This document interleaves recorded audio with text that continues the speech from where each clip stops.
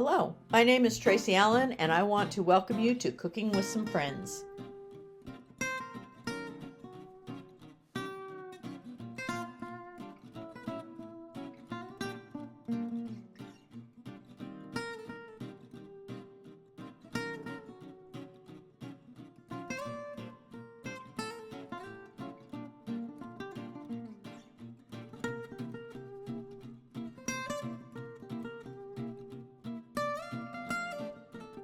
Hello and welcome to Cooking with Some Friends.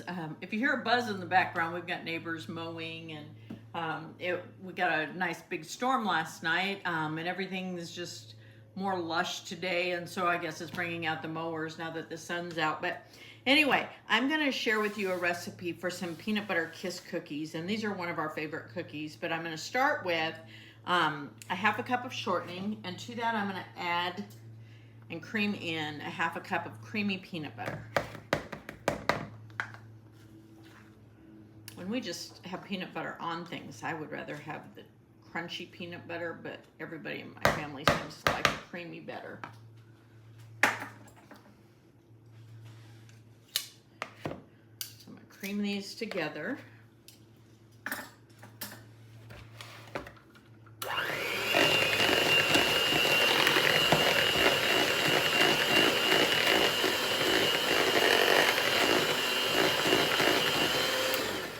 Then I'm going to add in 1/2 cup of granulated sugar, and I want to mix that in.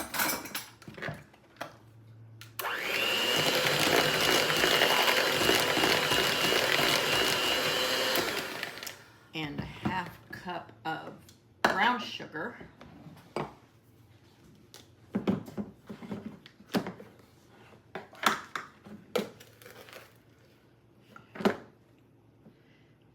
And then when this is in there, I want to beat this for 2 minutes until it's light and fluffy. So I will come back in 2 minutes. Now that that's nice and fluffy, I can add my 2 tablespoons of whole milk. And I'm going to beat this together for 1 minute when I get this all in. My vanilla, which I have a teaspoon of vanilla, 1 egg. And I want to beat this for 1 minute.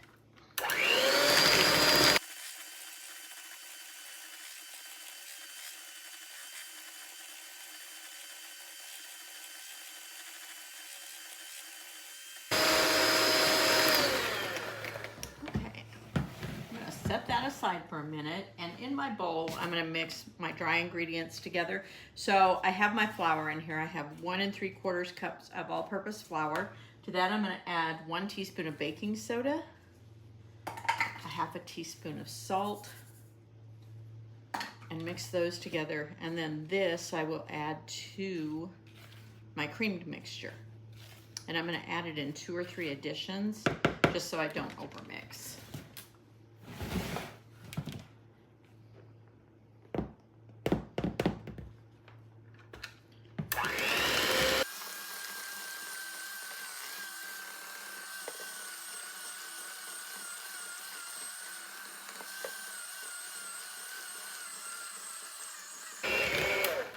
Okay, our dough is ready to form into 36 equal sized balls, and I'll show you how I do that. But I also have ready, sorry, I'm pounding right in the middle of what I'm trying to say.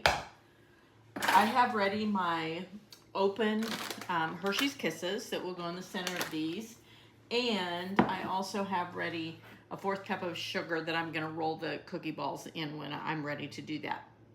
And then I will put them on parchment and bake them at 375. And it'll take them, the first baking takes about 8 minutes. And then I'll pull them out, put the kiss on, and then bake another 2 minutes. I do have 1 batch of my peanut butter kiss cookies out, but I wanted to show you. I like to use a small scoop and just fill it to just barely over full. And that way their cookies are fairly uniform in size. And then we're going to take them and roll them in that 1/4 cup of sugar that we had reserved before we put those on the cookie sheet. So again, we'll let these bake for 8 to 10 minutes. Then add the kiss. Let it cool for 2 or 3 minutes on the cookie sheet after the kiss cooks for 2 minutes, and then take them off and let them cool either on a cooling rack or parchment.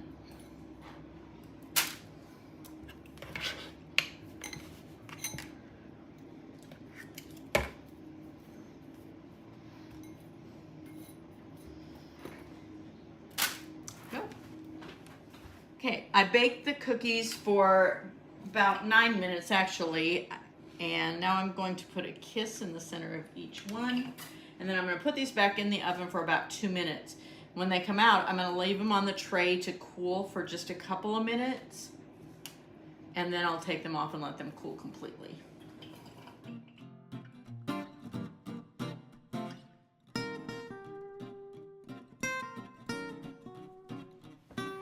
Hello and welcome to Cooking with Some Friends. Several things going on this evening. I'm going to make some garlic butter chicken and asparagus for supper. I've got some cookies I'm going to make for my grandkids. We've got some chickens that are out on the smoker. It's just a lot.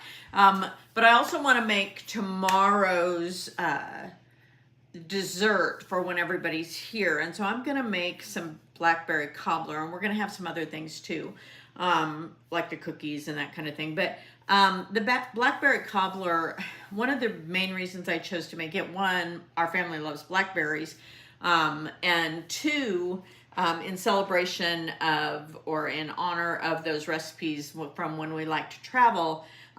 Blackberries are Alabama's state fruit, and so I chose those. Now, if my grandkids are here, I can hardly keep the blackberries, and if I have raspberries, those kinds of things in my refrigerator. And during raspberry season and blackberry season, when they're on the bushes, they are always eating them before we could hardly harvest them. So anyway, it's a treat to get to make it into cobbler. So in my 8x8 dish, I have melted half a cup of butter. And I sprayed my dish first, put the melted butter in. My oven is preheating to 350. In my bowl, I have 1 cup of self-rising flour, and you can make your own self-rising flour by adding the leavening agents that you need to, or you can just buy self-rising flour. And to that, I'm going to add my sugar and my milk. And the amount of sugar you need, I always have, we use 1 cup. Now, if you don't like your berries quite that tart as they can be, sometimes you can always put a little bit of sugar over your berries as well. But I'm going to mix those 2 things, and then to that I'm going to add a cup of milk, but I also like to put just a little bit of vanilla in my milk to flavor this a little bit more. So I'm going to put about 1.5 teaspoons to 2 teaspoons of vanilla in my milk to flavor that. Okay. Add this to my flour and my sugar combination. I'm gonna mix this up. And then this goes on top of my butter, and when I put it on there, I don't want to stir it in. I want the butter layer on the bottom, and this on top. And then once I get this mixed in and put on my butter, then I'm going to put my 2 cups of blackberries over the top. And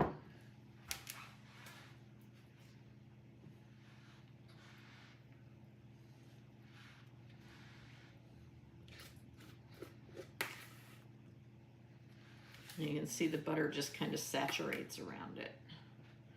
That's why you don't need to stir.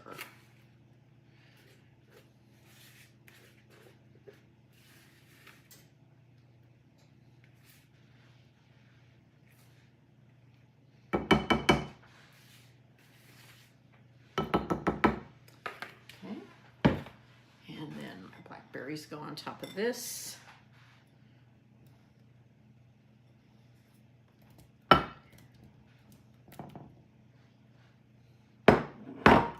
couple around so that there's blackberries in every bite. Okay. Now this, in that 350 degree oven, I'm going to put this in for about 45 minutes or until it's golden brown on top. Now, this is best served with like vanilla ice cream when it's warm, or you can just eat it by itself, either way. But that's all you do. We'll put it in the oven and I'll show you when it's done. Thanks for joining us for this session of Cooking with Some Friends. Make sure you like this video and subscribe to our YouTube channel. And find us on Facebook at Cooking with Some Friends.